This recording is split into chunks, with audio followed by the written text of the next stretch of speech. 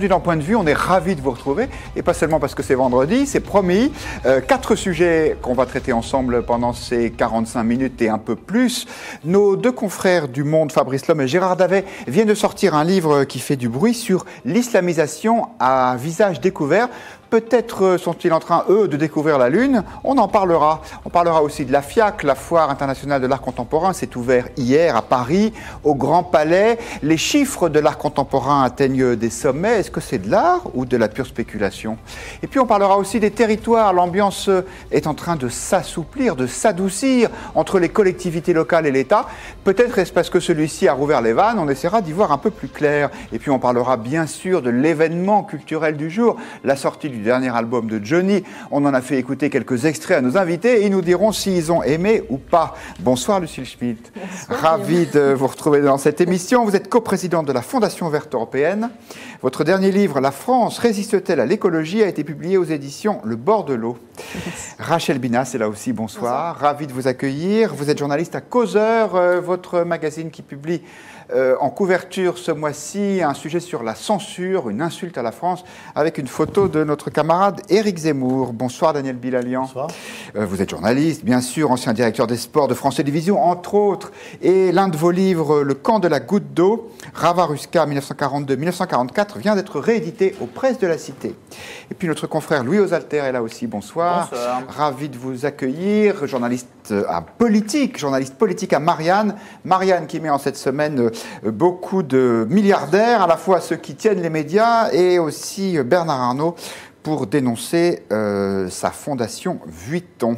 On commence avec ce premier sujet. C'est un livre qui fait beaucoup de bruit. Il est l'auteur de 2 journalistes du quotidien Le Monde, Fabrice Lhomme et Gérard Davet. Le livre s'appelle « Inch'Allah, l'islamisation à visage découvert ». Et on a eu envie de s'y arrêter parce qu'on a l'impression que nos 2 confrères découvrent un peu la Lune. Parce que pour eux, figurez-vous que l'islam, c'est un sujet tabou. Regardez, ils l'ont dit, mais oui, c'était il y a 2 jours sur France Inter. Ce sujet est tabou, en quelque sorte, parce qu'il fait peur. Parce qu'on sait que quand on parle de ce sujet aujourd'hui, on risque d'être catalogué. Si vous dénoncez l'islamisation, vous êtes d'extrême droite. Si vous, au contraire, dénoncez ceux qui dénoncent l'islamisation, vous êtes un islamo-gauchiste. On n'est surtout pas Zemmour, ni De Villiers et autres. Nous, on amène des faits, rien que des faits et juste des faits. On peut être quelqu'un de démocrate, républicain, modéré, et discuter tout à fait tranquillement des risques de l'islamisation et des solutions qu'il y a à trouver. Louis Osalter, en 2018, on est encore obligé de s'excuser quand on parle de l'islam. C'est ce qu'on a écrit dans Marianne, où on a fait le même constat. Le livre, honnêtement, il est très bien fait. C'est une bonne enquête journalistique avec des faits et surtout avec des gens qui parlent à visage découvert, c'est-à-dire qui ont accepté de donner leur nom. Donc, ce n'est pas des témoignages anonymes sur la Seine-Saint-Denis, ils y sont vraiment allés. Enfin, les étudiants qu'ils ont dirigés, y sont allés. Oui, les étudiants, voilà, parce que ce sont des étudiants de l'école de journalisme où ils enseignent qui ont fait cette enquête. Du CFJ, exactement. 5 étudiants qui l'ont fait, mais ce qu'on a écrit, c'est bienvenue dans la réalité. C'est-à-dire que, à Marianne, ailleurs, dans d'autres auteurs, d'autres reporters, d'autres titres de presse, on écrivait déjà ce qui se passait dans ces territoires perdus de la République, titre d'un livre qui était paru au début des années 2000, preuve qu'on en est pas au premier livre sur le sujet. Peut-être que c'est le premier livre qui passe sur les studios de France Inter, mais c'est pas le premier livre sur le sujet. Donc voilà, c'est un peu bienvenu dans la réalité. Ça n'empêche pas de lire. Moi, j'invite vraiment à lire ce livre parce que du coup, on y découvre effectivement les faits, rien que les faits, avec des personnages. C'est une galerie de personnages, ce livre, qui sont assez édifiants, qui sont de plusieurs camps différents. On a des combattants de la laïcité sur le terrain. On a cette directrice d'école qui explique comment elle essaye de tout faire pour prévenir les dérives religieuses liées à l'islam dans son école. On a aussi des syndicalistes qui essayent de demander des salles des prières dans des dépôts de la RATP, des lobbyistes d'associations musulmanes qui essaient d'obtenir des faveurs d'élus qui leur donnent aussi malheureusement. Donc voilà, on a toute cette réalité-là. Effectivement, c'est un peu tard, c'est-à-dire qu'on peut difficilement dire « Oh là là, quelle surprise, l'islamisation pose un problème en Seine-Saint-Denis ». Il n'y a pas que la Seine-Saint-Denis en plus. En même temps, Rachel Binas, mieux vaut tard que jamais peut-être. Mieux vaut tard que jamais, et c'est peut-être un petit pas pour l'humanité, mais c'est un grand pas pour le monde. C'est un grand pas aussi pour une certaine gauche qui a beaucoup de mal avec ça. On l'a vu, vous avez diffusé quelques extraits, mais l'entretien dure environ une vingtaine de minutes avec Léa Salamé et Nicolas Demorand. Sur France Inter. Sur France Inter, c'était très difficile pour eux. C'était très difficile simplement de poser des mots là-dessus. C'est-à-dire que Léa Salamé, à un moment, après un exposé sur, je ne vais pas répéter ce que Louis a bien mentionné, mais sur les faits, sur la réalité du terrain, a expliqué, a repris les termes tout en disant « vous parlez d'islamisation, vous utilisez ce mot ». Il y a toute une partie de la gauche qui a encore énormément de mal. Et ce livre, certes, il vient après d'autres écrits là-dessus. On a cité Bensoussan, on pourrait citer Gilles Kepel. Vient continuer un petit peu ce travail qu'avait fait notamment France 2 il y a 2 ans avec le fameux reportage dans les cafés de Sevran qui était, où les femmes étaient indésirables, tout à fait. Ça marque, on avance un petit peu, c'est un pas de plus. Et il faut, je pense, de faire preuve de bonne foi et reconnaître quand un pas vers le réel se pose. Daniel Bilalian. On a l'impression que ces 2 confrères ont découvert l'eau froide, quoi. C'est-à-dire que c'est vrai que c'est un pas en avant qui n'est pas négligeable quand même, parce qu'un journal comme Le Monde a eu du mal à employer les mots que ces 2 garçons ont employés dans leur livre. C'est vrai qu'aujourd'hui... C'est courageux, dit votre voisine. Oui, c'est courageux parce qu'on a peur des mots à propos de l'islamisation. On a peur des mots. Et pourquoi est-ce que le Front National est aussi bien reçu parfois? C'est parce qu'eux osent employer les mots qui conviennent. C'est pas « il se pourrait, néanmoins, né en plus ». C'est simplement, il y a une forme d'islamisation, il y a une forme de fanatisation, il y a une forme de recul de la République dans ces quartiers-là, et il faut employer les mots tels qu'ils existent. Il y a une fanatisation des gens, il y a un certain nombre de bandes qui maîtrisent complètement les quartiers et qui font peur physiquement aux gens qui sont là. C'est ça l'islamisation aussi, c'est la peur pour les femmes, la peur de ne pas être dans la règle, etc., etc. Donc, c'est très bien que petit à petit, même ceux qui aimaient beaucoup le politiquement correct à propos de l'islamisation commencent à employer les mots. L'islamisation, il y a un problème avec l'islam. L'islam n'est pas une religion, c'est un code civil. Donc il faut quand même qu'on le sache et qu'on l'interdise. Ou alors, continuons comme ça. Et il y en a Quand vous dites qu'on l'interdit, ça veut dire qu'on interdise l'islam comme code civil. Un certain nombre de choses autour du voile, autour de choses comme celle-là. Il y en a qu'un qui n'arrive pas non plus pour l'instant à se décider dans ce domaine-là, c'est tout de même notre président de la République. Je ne l'entends pas de manière très virulente. Il va faire, il se pourrait, néanmoins, né en plus. On va peut-être faire, on va voir. Pour l'instant, moi, j'ai rien vu dans ce domaine-là. Et c'est ce domaine-là, c'est là-dessus qu'on va voter aux élections européennes. C'est pas sur autre chose, c'est pas sur la taxe d'habitation, si peut-être un petit peu, mais c'est surtout là-dessus. Donc le sujet prédominant pour les Français, c'est ça, c'est le problème de l'immigration. Pas de décision en France, pas de décision à Bruxelles, et on sent qu'il y a une entrée en force. On peut le constater tous les jours dans ces quartiers.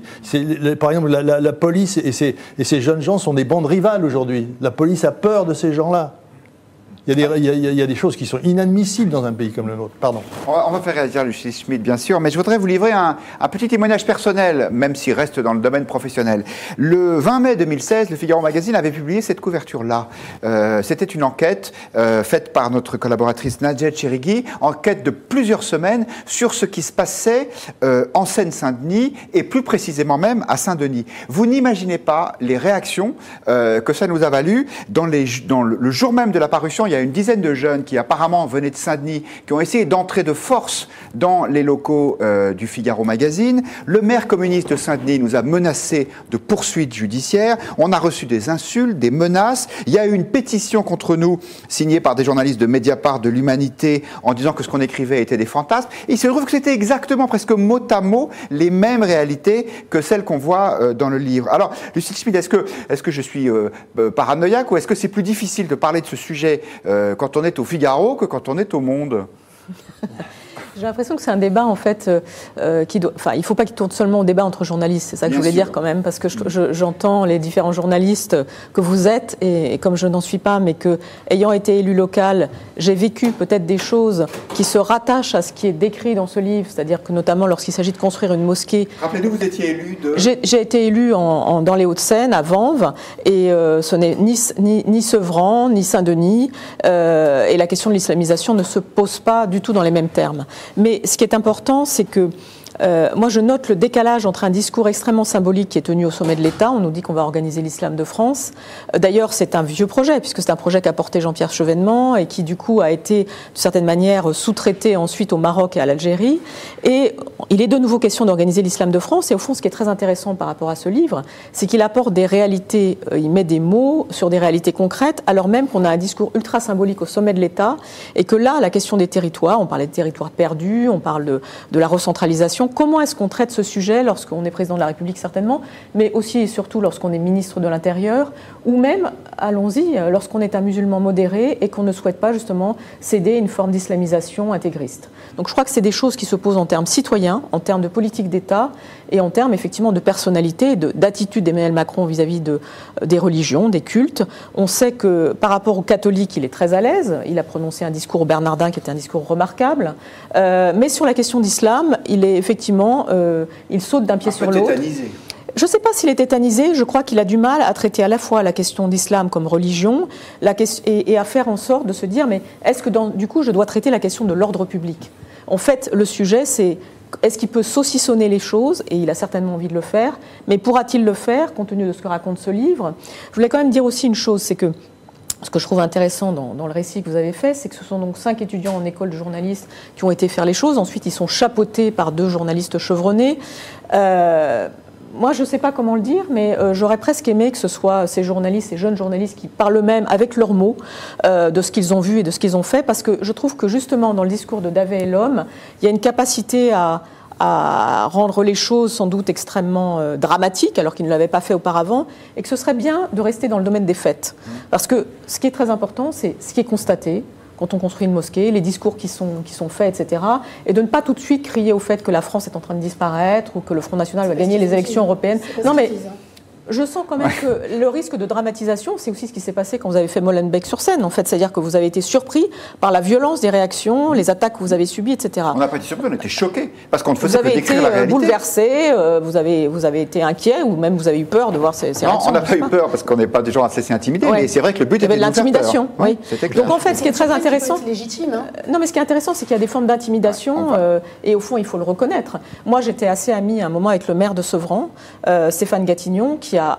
Rappelez-vous, il y a déjà 3-4 ans, dit qu'il faut mettre l'armée en fait dans les quartiers parce que c'est la seule manière de faire de mettre l'ordre public. Et c'est quelqu'un de gauche. Donc il ne faut pas non plus. Ce que je veux dire, c'est qu'il ne faut pas non plus caricaturer les choses. Dire qu'il n'y a que les gens de droite ou les. Il y a aussi des maires de gauche qui. On va distribuer la parole. Voilà, face au principe de réalité, ont su dire les choses. Parmi les gens qui sont pas contre ces problèmes-là ou qui sont choqués chaque fois qu'on en parle, il y a ceux qui sont pour le multiculturalisme, ça c'est un fait. Et puis il y a ceux qui, c'est ça aujourd'hui, qui n'osent pas employer les mots. Parce qu'aujourd'hui, il y a une terreur des mots, du politiquement correct. Donc, c'est quelque chose, vous vous rendez pas compte, c'est quelque chose de terrifiant, le politiquement correct. Ça vous oblige à... Regardez, c'est comme ça qu'Alain Juppé a perdu sa campagne électorale. Il a parlé à propos des banlieues, pas du vivre ensemble, de... l'expression l'identité heureuse. L'identité heureuse. Le lendemain, ça y est, l'affaire elle était réglée. Le type qui habite à Saint-Denis, il a dit oui, c'est ça. Bonjour monsieur, un de ces jours, l'identité heureuse. On vous demande votre avis, bien sûr, comme à chaque émission, sur les réseaux sociaux, sur Twitter, #point de vue, sur lefigaro.fr. Et voici quelques commentaires. Antimac nous dit « Cette islamisation porte en elle les germes de la discorde, voire pire si on ne fait rien. D'accord avec Daniel Bilalian, Macron et le gouvernement ne font rien. Je pense qu'il a peur. Alors que... Mac Bronito nous dit « Le problème est de passer d'un extrême à l'autre, islamophobie ou angélisme ». Je voudrais vous faire écouter ce commentaire de Xavier Lemoine, qui est maire Les Républicains de Montfermeil, donc qui est une ville de banlieue qui connaît ces problèmes d'islamisation de façon aiguë. Et lui dit « Bon, c'est très bien, enfin il regarde la réalité, mais encore un effort, camarades. » Regardez. Moi, je dis que dans nos quartiers, dans nos banlieues, l'enjeu, il n'est ni social, ni économique, ni urbain. L'enjeu dans nos quartiers ou dans le département, il est culturel. Rachel Bina, c'est peut-être ça, la prochaine étape de la prise de conscience des bien-pensants. Allez, on va parler un peu vite, mais c'est un peu ça quand même. C'est de reconnaître que c'est pas juste des exclus qui sont laissés à l'écart, mais qu'il y a un problème culturel, pour ne pas dire religieux. Tout à fait, tout à fait. On peut faire intervenir le facteur social, mais en réalité, on masquerait l'essentiel du problème. C'est-à-dire qu'en effet, le souci est éminemment culturel. Ça n'a rien à voir avec une classe sociale, des gens certains musulmans de classe sociale plus aisés peuvent en effet pratiquer une certaine forme de communautarisme. Ça va sans dire. Et j'aimerais simplement rebondir sur une petite chose qui a été dite pour l'appuyer davantage. En effet, de manière générale, ce qu'il faut savoir, c'est que le clientélisme n'est pas du tout la chasse gardée de la gauche. Des élus de droite la pratiquent allègrement, dont certains qui aujourd'hui font partie du gouvernement de Macron. Donc ça, bien sûr... Vous pensez à qui ? Je pense par exemple à Darmanin, qui a été le maire de Tourcoing et qui a précédé certaines demandes, selon lui, de musulmans, en interdisant un spectacle dans sa ville qui s'appelait Boudin et Chanson, qui était mis en scène d'ailleurs par une jeune femme d'origine maghrébine, sous prétexte que, je cite, ça allait heurter la communauté musulmane. Je pense, alors il ne fait pas partie du gouvernement, mais on pourrait parler de Bruno Béchiza. Alors je crois que c'était un article dans Marianne, également un autre dans Valeurs Actuelles qui en parlait, sur des accommodements peu raisonnables et le prêt de salles à des imams plus que dangereux. Donc voilà. Louis Alter, un dernier mot là-dessus. Emmanuel Macron, vous pensez qu'il va bouger ? Là, on attend ces annonces sur l'organisation de l'islam de France. On va encore attendre longtemps ? Je pense qu'on va encore attendre longtemps, mais surtout pour voir le jour de cette fameuse organisation. En fait, si on prend un peu de recul, ça fait 15 ans au minimum qu'on essaie d'organiser l'islam de France. Nicolas Sarkozy avait essayé de le faire. Ça avait donné ce conseil représentatif du culte musulman qui, en fait, ne représente quasiment aucun musulman en France, qui est devenu la chasse gardée de pays étrangers, exactement, c'est-à-dire la Turquie. À chacun à son tour, il préside cette institution. Et sur le terrain, mais les musulmans qui pratiquent leur foi au quotidien, ils se sentent pas du tout. Ils sont à milieu du conseil représentatif des musulmans de France. Est-ce que, du coup, à partir de là, et à partir de cet échec, qui, je pense, il faut acter l'échec de cette politique, est-ce qu'à partir de là, ça passe forcément l'organisation de l'islam de France par une structure par le haut ? Je pense que c'est plutôt sur le terrain qu'il faudrait essayer de prendre les choses à bras-le-corps. Mais le vrai problème, moi, je pense qu'il n'est pas spécifiquement religieux. Je pense qu'en fait, il est culturel et que l'islamisation dans ce genre de quartier vient combler un vide. Ce que disent Gérard Davet et Fabrice Lhomme dans leur livre, lorsque leurs étudiants écrivent, c'est notamment qu'en Seine-Saint-Denis, qui est un bastion communiste, le communisme et le système social, les liens de solidarité, tout ce qui existait avant et qui, en fait, nourrissait la vie de la cité, tout cela s'est effondré. Il y a eu un vide de repères, un vide de sens, et pas seulement un vide social. La Seine-Saint-Denis est le département quand même le plus pauvre de France, il faut le rappeler, mais il n'y a pas que le social. Il y a eu un grand vide, et l'islamisation, la pratique rigoriste de l'islam, qui n'existait pas il y a 40-50 ans dans ces quartiers, alors qu'il y avait déjà des immigrés maghrébins, est venue combler ce vide-là. Donc le problème est vraiment culturel, et je ne pense pas que ce soit l'organisation, si jamais on y arrive, d'un islam de France, qui résoudra ce problème-là. Merci, on laisse le dernier mot aux internautes. À Mka Bronito qui nous dit le problème concerne certaines versions de l'islam, malheureusement celles que la France connaît sur son sol en partie. Mayday nous rappelle que plus de 30% des jeunes musulmans, effectivement c'était un sondage, plus de 30% des jeunes musulmans français mettent la loi de la charia devant les lois de la République. On pourrait aussi être optimiste en disant que 70% font le contraire, mais néanmoins c'est une réalité. Et Henri Paul qui nous dit nous sommes pris entre l'esprit d'accueil, la volonté identitaire et la logique économique, mais aussi la France qui doit rester un exemple. Et c'est vrai que c'est compliqué, et c'est sans doute pour ça qu'on reparlera de ce sujet. On passe à un autre thème plus léger, celui-là heureusement, la FIAC. La FIAC, c'est la Foire internationale de l'art contemporain. Tous les grands vendeurs d'art contemporain du monde se retrouvent au Grand Palais, ça a ouvert hier. Les prix ne cessent pas d'augmenter, ils atteignent des sommets. Écoutez ce qu'en dit Thierry Herman, c'est le président d'Artprice. Artprice, c'est une société qui s'occupe de la cotation de l'art contemporain. On a des chiffres absolument stupéfiants. Une hausse à nouveau de 19% pour atteindre 1,8 milliard. Petit détail, en 2000, nous étions à moins de 100 millions de dollars sur le marché de l'art contemporain. Ce qui est fou, c'est que le marché de l'art contemporain devient la locomotive de tout le marché de l'art mondial. Alors, regardez, on a bien bossé pour préparer Point de vue. On a préparé pour vous un tableau qui montre l'évolution des chiffres de l'art contemporain. Si on prend 2001 par rapport à 2018, le marché de l'art contemporain, ça représentait une centaine de millions d'euros en 2001. Ça représentait 1,8 milliard cette année. Ça fait 1800% d'augmentation. Et alors, pour que ce soit un peu plus concret, on a regardé quel était le SMIC horaire en 2001. Et c'était 6,50 € de l'heure brute. Eh bien, si le SMIC avait augmenté dans les mêmes proportions que l'art contemporain, on serait aujourd'hui payé 125 € de l'heure au SMIC. Bon, Lucille Schmitt, il se passe quoi là? Est-ce que c'est un scandale social. Non, alors je vois pas le rapport, dit Daniel Villano. Enfin, c'est sûr. Non, c'est parce que 1800%, je trouve que c'est une réalité très abstraite. C'est pour ça que c'était pour ramener à des chiffres qui étaient un petit peu plus proches. C'est votre côté syndicaliste. Voilà, c'est mon côté syndicaliste. Lucille Schmitt, c'est ce phénomène, c'est de la spéculation pure ou ça correspond à la réalité de l'art contemporain? Parce qu'on a découvert des choses tellement belles qu'elles valent ce prix. Je trouve votre question un peu orientée, mais il est clair qu'il y a un phénomène. Non, c'est pas du tout votre genre, Guillaume. Non, il est clair, d'après votre tableau, qu'il y a un phénomène spéculatif, même très intense. Par ailleurs, comment dire, moi, je vais régulièrement à la FIAC et du coup, je ne suis pas complètement. Enfin, ce débat que vous nous proposez entre phénomène artistique et spéculation me semble un petit peu caricatural.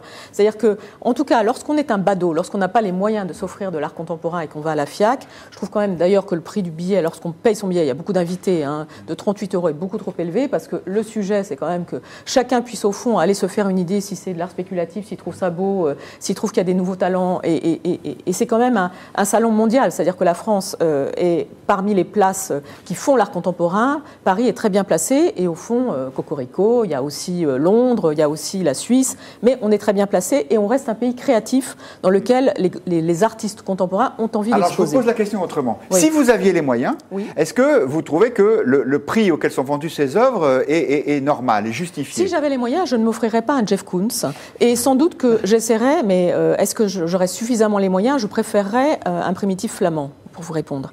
Mais on est deux, alors. Voilà. Mais voilà. 3. Et la deuxième chose, c'est que je trouve qu'il y a aussi dans l'art contemporain, on voit les images sont souvent assez caricaturales. D'ailleurs, c'est Jeff Koons qui arrive. C'est Jeff Koons, comme par hasard.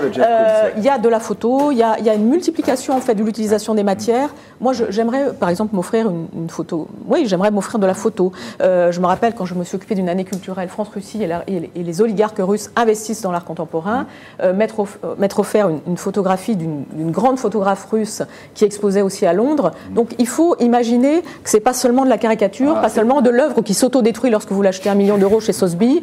Donc il y a quelque chose autour de ça. Et il y a quand même le côté pied de nez, moi, qui me plaît dans l'art contemporain, parce que quelque part, on est aussi dans la contestation de l'art établi, et ça j'aime. C'est pour ça qu'il faut mettre le billet à 2 €. Bon, 2 € et pas 30 le magnifique chien de Koons qu'on a vu là, juste pour mémoire, on me souffle dans l'oreillette qu'il s'est payé 58 millions. Je ne sais plus si c'est des euros ou des dollars.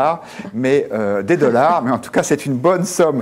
Et vous, Daniel Bilalian, est-ce que vous seriez prêt à mettre autant d'argent dans ce magnifique chien doré? Non, je vais vous dire, moi je suis plutôt Turner et Edward Hooper. Vous voyez, donc je suis loin de cet art contemporain. Il y a même des choses qui m'épatent. Alors, je ne suis pas un spécialiste du tout, mais par exemple,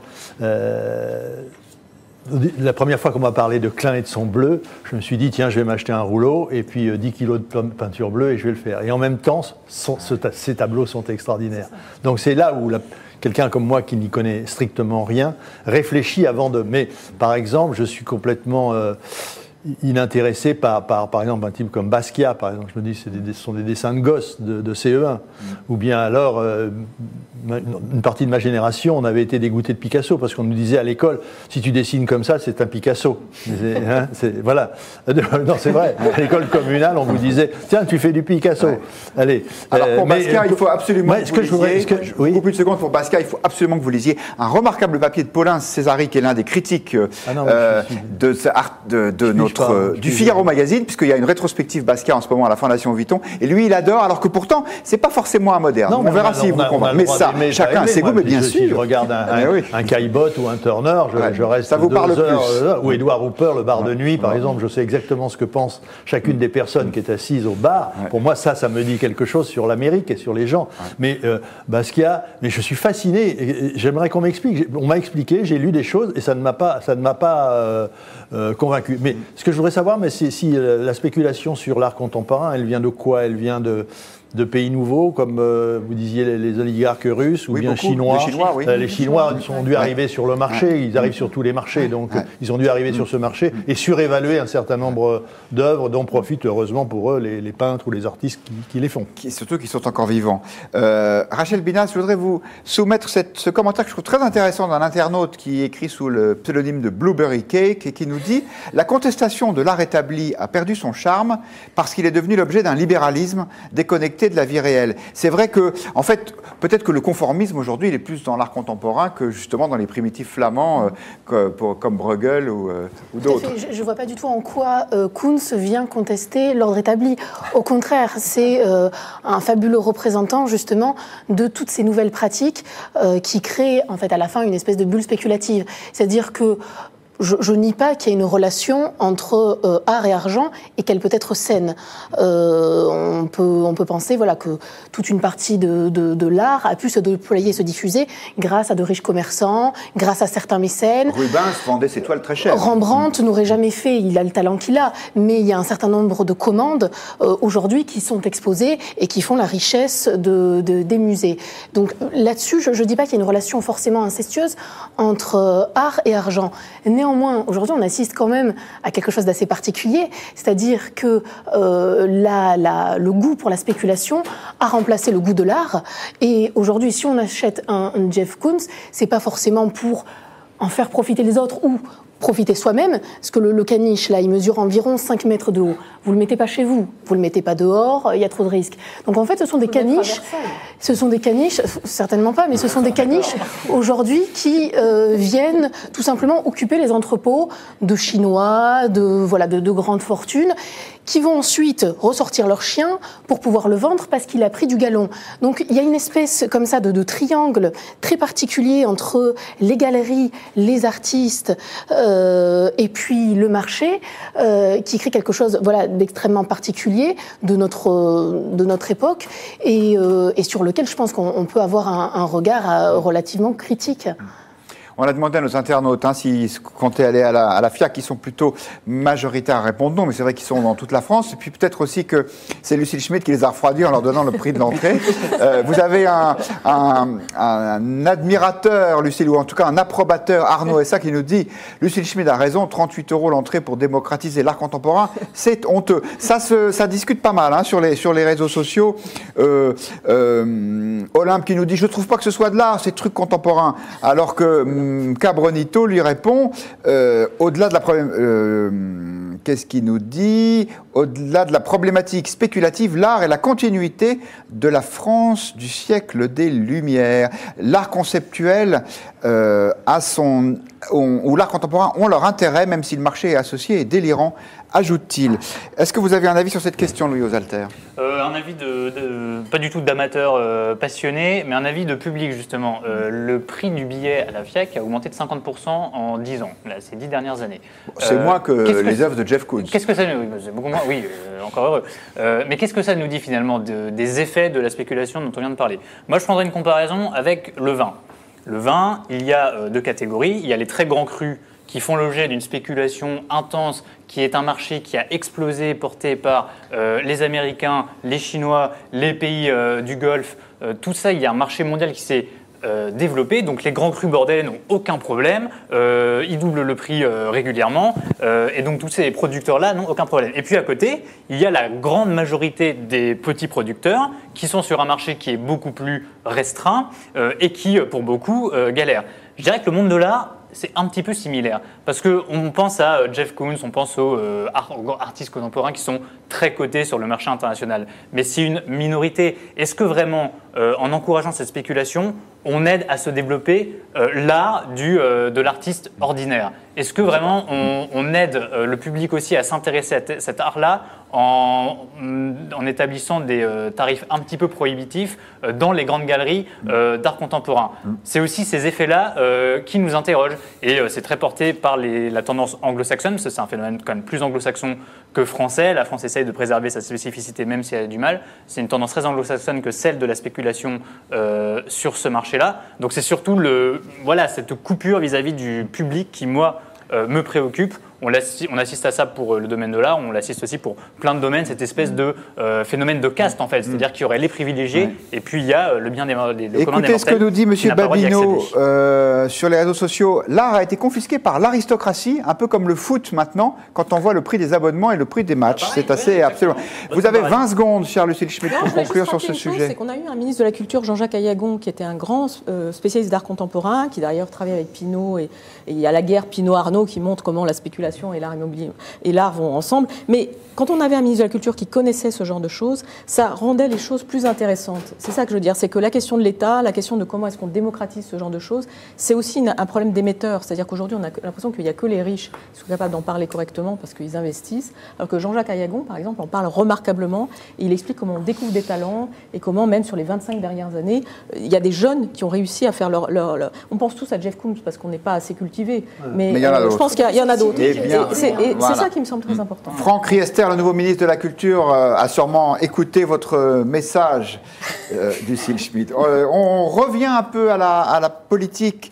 Il y a eu un changement de ton assez intéressant ces derniers jours des responsables des collectivités locales. Vous savez que ça fait des mois qu'elles disent que l'État les méprise, qu'on ne s'intéresse plus aux régions, aux départements, aux municipalités. Et puis voilà que le ton change. Écoutez, Hervé Morin, par exemple, c'est le président centriste des régions de France. Il disait hier au Figaro, le président de la République semble vouloir changer de méthode. Peut-être faisait-il allusion à cette déclaration en forme de mea culpa d'Emmanuel Macron. Vous savez qu'il parlait mardi dernier à la télévision et il nous a dit « Bon, bah ok, d'accord, j'ai peut-être tapé un peu fort ». Cela exige de ma part, comme de la part du gouvernement, de l'écoute, du dialogue. Et cela exige de s'appuyer sur toutes les forces du progrès et de la réforme. Les associations, les élus locaux dans tous nos territoires, et en particulier nos maires, qui sont les premiers porteurs de la République du quotidien. Alors, vous n'avez pas entendu parce qu'il y avait le son du président de la République, mais il y a eu un long soupir de Daniel Bilalian qui va nous expliquer maintenant. Non, mais je ne sais pas, c'est vraiment parler, c'est des mots, quoi, des parler pour... Ça fait du bien aux maires d'entendre ces mots-là, non? Oui, mais son problème, pourquoi est-ce qu'il a des problèmes avec les maires et avec les régions et avec ces hommes politiques du terrain? C'est parce que lui n'en est pas, n'a jamais été élu. Donc il y a eu pendant toute la campagne présidentielle une espèce de mise en garde à l'égard des politiques, des députés de toute la France, comme quoi c'était des gens qui étaient corrompus, en tout cas qui n'étaient pas modernes, qui n'étaient pas dans le coup. Et il s'aperçoit aujourd'hui que qu'est-ce qui fait bien la politique d'ailleurs? Il a eu du mal à trouver des hommes politiques pour faire son gouvernement. C'est que lui, il n'a jamais été sur le terrain. Il ne sait pas ce que c'est que d'être un homme politique. Un homme politique, c'est quoi? C'est quelqu'un qui a dévoué sa vie au public, aux Français, qui est le dimanche sur le marché et qui écoute les gens, qui sait ce qu'ils pensent. Même s'ils se trompent, il les écoute. Et pourquoi la pharmacie a fermé? Et pourquoi la gendarmerie a fermé? Et pourquoi il n'y a plus de médecins? Et avec leurs bombes atomiques, ils nous ont détraqué le temps. Et il faut répondre.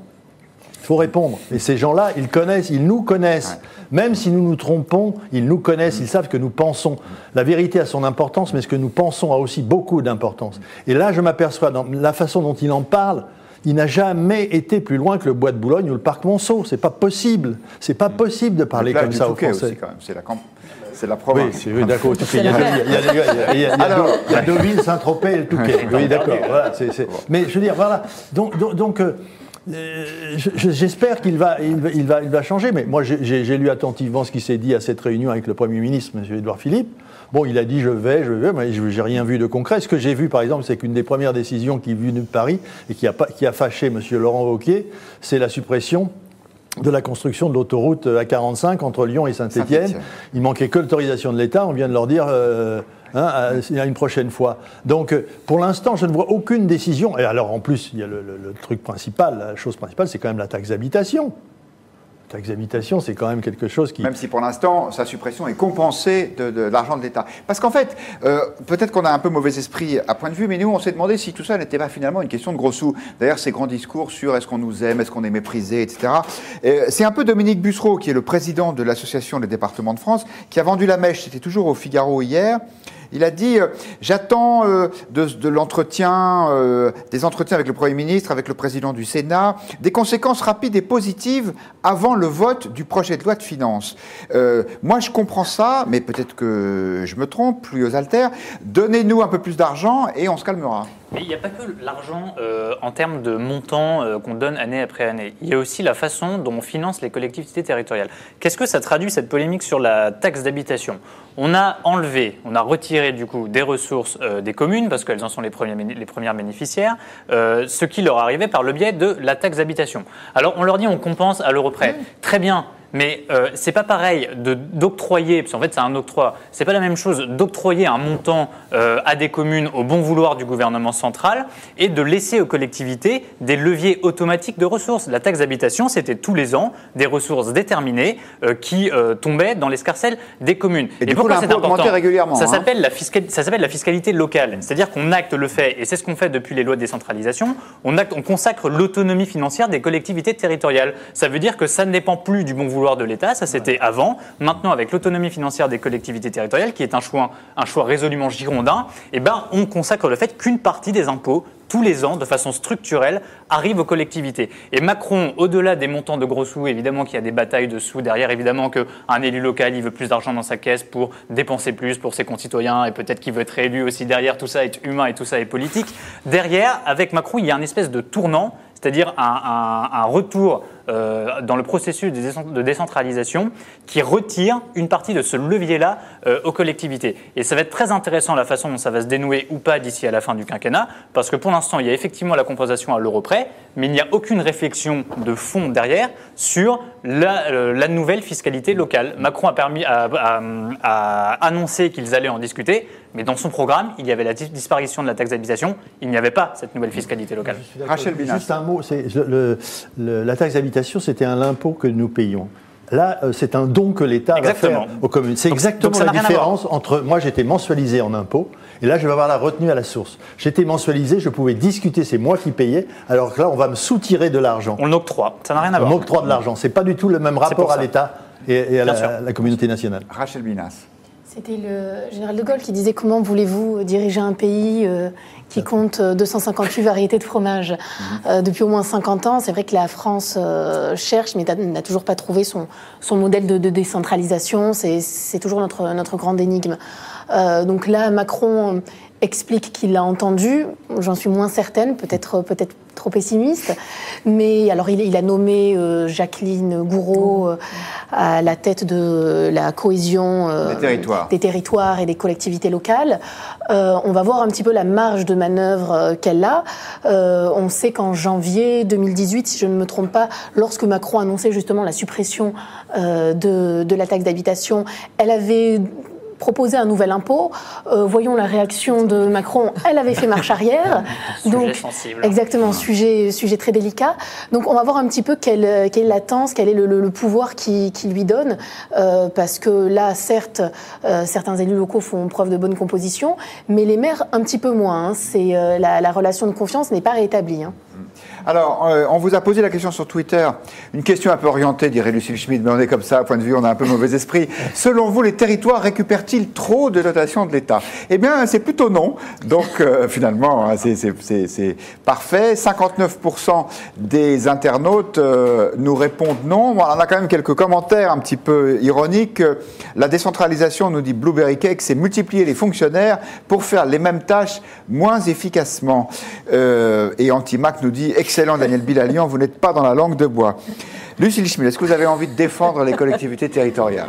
Non, moi je voulais dire deux choses. C'est qu'en écoutant ce discours un peu sépulcral d'Emmanuel Macron, ça c'est parce qu'on avait éteint la lumière. Mais je pensais quand même aussi, pour rétablir la confiance, il y a quand même eu en plus ce truc cette pétition de balance ton maire qui avait été lancée par des gens proches de La République En Marche. Oui, donc ça c'était pour dénoncer les maires qui avaient augmenté la taxe d'habitation, mais quand même insister sur un paradoxe, c'est-à-dire que Emmanuel Macron promet pendant la campagne présidentielle de supprimer la taxe d'habitation pour la grande majorité des Français, 80%, alors que c'est au fond une taxe, c'est un impôt qui relève des maires. Donc il y a quand même eu là le début d'une très mauvaise relation, donc je vais insister là-dessus, et ça n'ira pas si simplement, c'est du symbolique au moins autant que de la question financière. Il y a quelque chose du genre, je promets que je vais te débarrasser de ton bien. Donc il y a quelque chose autour de ça dans la discussion avec les maires. La deuxième chose que je voulais dire, c'est qu'il s'est fait le chantre de l'expérimentation et de l'innovation lorsqu'il était ministre de l'économie, en promettant notamment de donner plus de capacité d'expérimentation l'expérimentation aux collectivités locales et que ça faisait partie de la réforme constitutionnelle qui aujourd'hui a été retardée pour les raisons qu'on sait à cause de l'affaire Benalla. Donc on est dans une situation où les collectivités locales sont dans la dépendance financière beaucoup plus forte vis-à-vis de l'État et où elles ne peuvent pas expérimenter. Je voulais donner un exemple là-dessus parce que moi je suis la personne de gauche en fait sur le plateau. C'est pas vrai. C'est pas vrai, sans blague. Et en fait, comme vous le savez sans doute, il y a 13 départements dirigés par des présidents de conseils départementaux de gauche, socialistes essentiellement, qui veulent expérimenter le revenu universel minimum. Aujourd'hui, ils sont bloqués parce qu'ils n'ont pas le droit d'expérimenter. Et si on modifie la Constitution, ils pourraient le faire. Donc, ce qui est compliqué, c'est qu'au fond, on réduit les élus locaux à une espèce de rôle où ils peuvent que bouder, parce qu'on nous montre des photos où ils sont tous en train de bouder sur leur fauteuil, où ils esquissent un demi-sourire.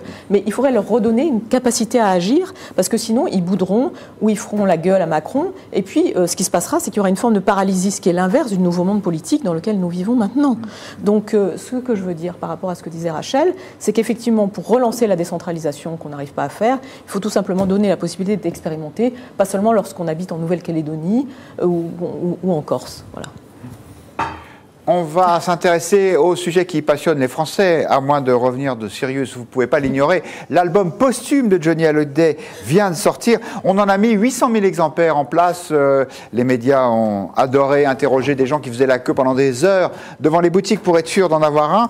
Et vous, est-ce que vous avez aimé le dernier album de Johnny ? Pour vous aider à vous faire votre première impression, si vous ne l'avez pas encore écouté, voici un extrait d'un des titres de l'album. Ça s'appelle « J'en parlerai au diable ». J'en parlerai au diable si l'heure vient à sonner de m'asseoir à sa table et dire ma vérité. J'en parlerai au diable, il saura m'écouter. L'innocent, le coupable, l'homme que j'étais. Bon, alors pour tout vous dire, moi je suis pas très objectif parce qu'à chaque fois que j'écoute cette chanson, j'ai des frissons. Donc pour essayer de remettre un petit peu de rigueur dans cette émission, on va demander l'avis de quelqu'un qui est un professionnel. C'est Jean-Christophe Buisson qui est le patron des pages culture, entre autres, du Figaro Magazine. Et voilà ce qu'il disait ce matin dans un débat avec un de nos confrères de l'Obs. Cet album, moi, m'a paru bien en ce sens qu'il il grignote dans plusieurs genres, ce qu'était Johnny Hallyday. Il faisait pas que du rock pur et dur, évidemment. Il faisait un peu de variété, il faisait un peu de la country, il faisait un peu de... Là, il y a 2 morceaux très rockabilly, très retour années 50.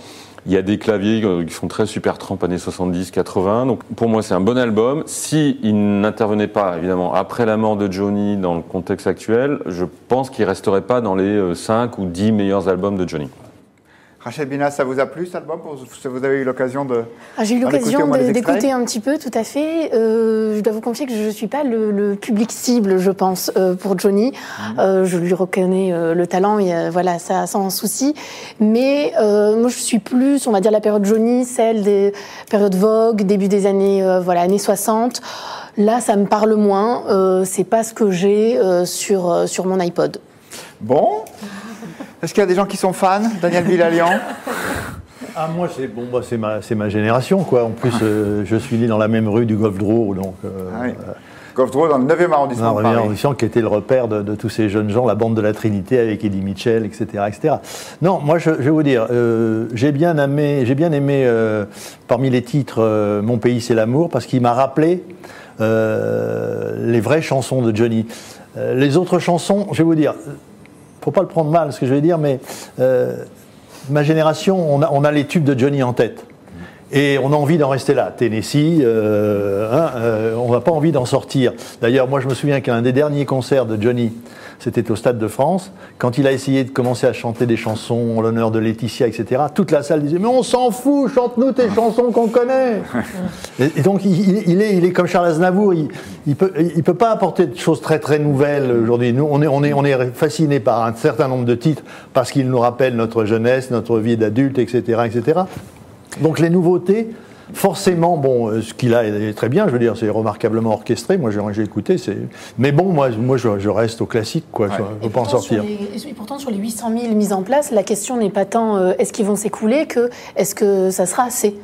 ce qui serait jamais vu. Il y a un débat sur est-ce que ce sera 800 000 ou 1 600 000. Donc c'est quand même, à mon avis, il y a une vraie incertitude sur est-ce que les fans... Non, mais les fans, ils ont déjà précommandé, etc. Est-ce qu'ils vont acheter un deuxième? Et est-ce que ça ira au-delà des fans? Et moi, je voulais juste dire un truc, c'est que quand quelqu'un est mort, moi j'ai envie d'écouter ses vieux disques. J'ai pas envie d'écouter un disque nouveau. En fait, j'ai un truc anti-transhumanisme. Moi, je pense que quand on est mort, Exactement. Moi, je vais écouter Charles Aznavour, il est parti. Mais voilà, c'est ce que je disais à travers les... Moi, j'ai envie d'entendre ces chansons qu'il a chantées toute sa vie et pas des nouveautés. Mais en fait, je me suis posé la question ce matin en me levant. J'ai écouté les premiers extraits de l'album. J'ai pas fait la queue à minuit à la Fnac.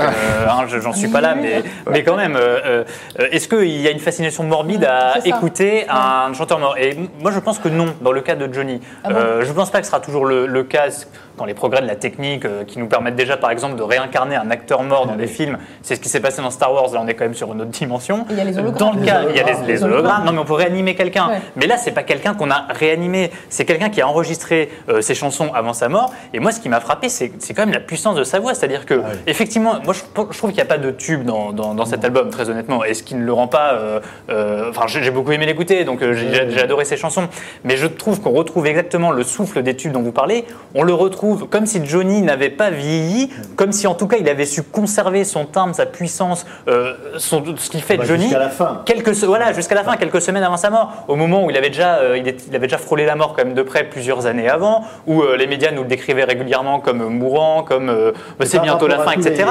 Et du coup j'ai été frappé par cette puissance. Toutes les vedettes de sa génération, c'est ça qui n'a pas perdu sa voix. Non mais par cet album, il réussit la prouesse de quelque part, non mais en tout cas de ne pas être un Johnny agonisant, vieillissant. Par rapport à Eddie Mitchell, par exemple, qui essaye de continuer à chanter. Dans la puissance. Par contre, le thème de la mort, il flotte un peu dans les paroles de l'album. Dans Pardonne-moi, dans celui-ci, dans J'en parlerai au diable, le thème est quand même assez omniprésent. Je voulais quand même dire une chose, c'est qu'à point de vue, on parle très souvent de Johnny, et que je me rappelle d'avoir eu un débat où il y avait Yves Tréhard qui était là, et qui nous a dit qu'il avait assisté à une des premières présences de Johnny en scène à Bourg-en-Bresse, et on avait l'impression qu'il y avait vraiment des spécialistes de Johnny au Figaro. C'était un truc qui m'a beaucoup marqué. Oui, tout à fait. Il y avait quelque chose d'assez puissant. Et d'ailleurs, Guillaume était là aussi. C'est vrai qu'on avait fait une émission ensemble juste après sa mort. Juste après sa mort. Il a ce truc, rien que vous le voyez arriver, il a un physique de vedette. Il y a des gens qui ont des physiques de vedette. Il a un physique de vedette. Il a une physique de star. Il a une présence, un charisme extraordinaire. Et puis alors après sa voix. Il a en plus le physique qui va avec la voix qui est la sienne. Une autre chose fascinante, c'est comment en important et en étant fasciné lui-même par une culture américaine, des codes très américains, il est devenu cet artiste si franchouillard qu'on n'a plus en fait dans la scène française aujourd'hui. C'est-à-dire qu'on n'a plus le rocker idolâtré. Pour l'instant, en tout cas, on l'a plus. C'est un paradoxe. Par rapport à Charles Aznavour, c'est que Johnny Hallyday, c'est une vedette en France, point final, et peut-être en Belgique. C'est vrai. Mais c'est encore un artiste francophone. Moi, je ne trouve pas franchouillard. Je pense qu'il y a une vraie poésie dans tout ce mais dans son musique, dans la fascination qu'il exerce, dans l'esprit de Johnny autour de lui, pas dans ses thèmes, bien sûr. Dans les sosies de Johnny. Oui, voilà, par exemple.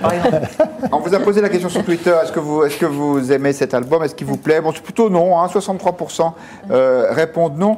Et puis, on a un internaute qui nous dit « Je trouve fou que les gens fassent la queue à minuit pour avoir le privilège d'acheter un disque. » Est-ce que vous trouvez ça touchant ou un peu ridicule cette C'est un peu le monde de la consommation ridicule d'aujourd'hui. Les gens font la queue à minuit pour acheter des téléphones. Je trouve ça, représentatif. Au lieu d'attendre 9h du matin de société, on nous transforme petit à petit de citoyens en consommateurs et ça ne fait que se prolonger. Après, ça n'arrive pas non plus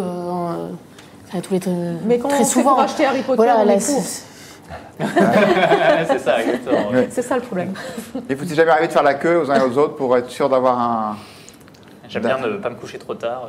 Moi, vous êtes un bon ennemi, J'aime bien faire la queue, mais pendant l'occupation. Pour acheter du beurre. Pour payer, déjà, c'est un petit peu difficile. Mais en plus, on a... Maintenant, avec l'écoute en ligne, effectivement, ça a un côté... Est-ce que dans 10 ans, on fera toujours la queue à minuit pour acheter un produit culturel? Ça, au moins, ça fait des... Moi, je trouve que c'est compliqué. Il était très aidé par quelqu'un sur scène. Ouais. Quand il était sur scène. Schmitt se demande si c'était vraiment la voix de Johnny qu'on entend.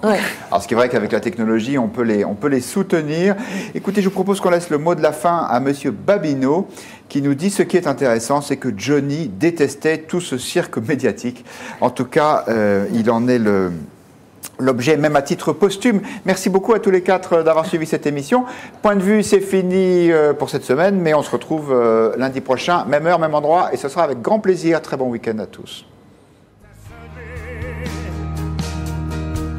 De m'asseoir à sa table et dire ma vérité. J'en parlerai au diable, il saura m'écouter. L'innocent, le coupable, l'homme que j'ai